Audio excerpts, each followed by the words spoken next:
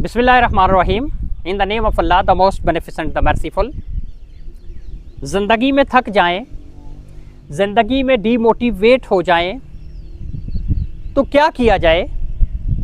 यह जब इंसान मायूस होकर बैठ जाता है, जब उसकी कोई सुनने वाला नहीं होता, वो तन्हा हो जाता है, तो फिर वो कैसे दोबारा अपने आप को ज़िंदगी के रंगों में रंगे। आइए एक छोटा सा वाक़या आपके साथ शेयर करते हैं। कहते हैं कि किसी एक इलाके में बहुत अमीर कबीर शख्स रहता था।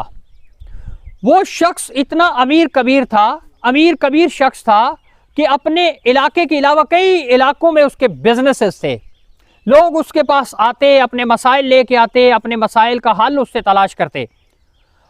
वक्त ने पलटा खाया, हालात बदले और वो शख्स आहिस्ता आहिस्ता ज़वाल का शिकार होना शुरू हो गया। एक वक्त ऐसा आया कि वो शख्स बेचारा लोगों का इतना मकरूज हो गया कि उसको अपने खाने पीने के भी लाले पड़ गए। आखिर कब तक लोग उसका साथ देते, मजबूरन उसको अपना वो इलाका छोड़ के जाना पड़ा। कुछ अरसे बाद उसके इलाके में उसका एक बहुत पुराना दोस्त आया। उसने आके उससे पूछा कि वो शख्स कहाँ है। लोगों ने बताया कि वो तो बड़ा ही एक बेईमान शख्स था, वो लोगों के पैसे लेके भाग गया है। खैर वो पूछता पूछता कहीं किसी उस इलाके में पहुंच ही गया जहां पर उसका वो दोस्त मौजूद था। उसने उसको देखा कि वो किसी एक ऐसी परेशान हालत में एक ऐसी जगह पे मौजूद है जहां पर के लोग रहना भी पसंद नहीं करते। उसको कोई खाना दे देता वो खा लेता, कोई पीने के लिए पानी दे देता पी लेता, यानी उसके ये हालात हो गए थे। जब ये उसका दोस्त उसकी तरफ गया तो वो उसको देख के वहां से भागने लगा। तो उसने कहा, रुक जा मेरे दोस्त, तू तो मेरा मोहसिन है, तेरे मुझ पे बहुत सारे एहसानात हैं। वो रुक गया। तो इसने कहा, अल्लाह के बंदे क्या हुआ? इसने कहा, यार लोगों ने मुझे कहा है कि मैं तो बड़ा बेईमान हूँ, मैं लोगों के पैसे लेके भाग गया हूँ, जबकि मैं ऐसा नहीं हूँ। तो उसका वो दोस्त कहता है, यार तू तो बहुत एहसान करने वाला शख्स है, तूने मेरा उस वक्त साथ दिया जब कोई भी मेरा साथ नहीं देने वाला था। तेरे दिए हुए पैसों की वजह से आज मैं खुद एक बहुत बड़ा बिजनेसमैन हूँ और मेरे बहुत सारे बिजनेसेस हैं इस वक्त दुनिया में। तू मेरा दोस्त है, चल मेरे साथ। अब ये उसको अपने साथ ले जाता है, अपने घर में लेके जाता है, साफ सुथरा लिबास उसको पहनाता है और फिर उसको कहता है कि तू तो बड़ा अच्छा इंसान है यार, तू दूसरों की मदद करने वाला है।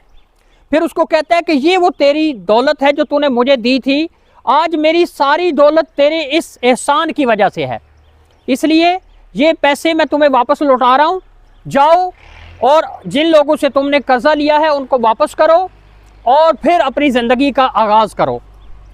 उस शख्स ने ऐसा ही किया। चूँकि ऑलरेडी वो बिजनेसमैन था, बिजनेस के कारोबार के उतार चढ़ाव को जानता था, तो अल्लाह रब्बुल इज़्ज़त की ज़ात ने बहुत थोड़े अरसे में दोबारा उसको कामयाब कर दिया।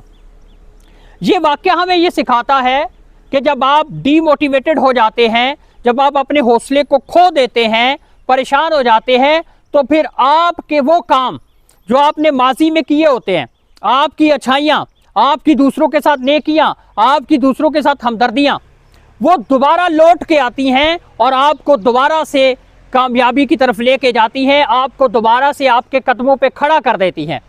इसलिए सोशल मीडिया पे हमें सुनने वाले अहबाब हैं, आप सबके लिए यही मैसेज है कि किसी भी नेकी को हकीर समझ के मत छोड़ें और कभी भी किसी को कमतर ना समझे। न जाने कब वो शख्स दोबारा अपनी असल की तरफ आ जाए।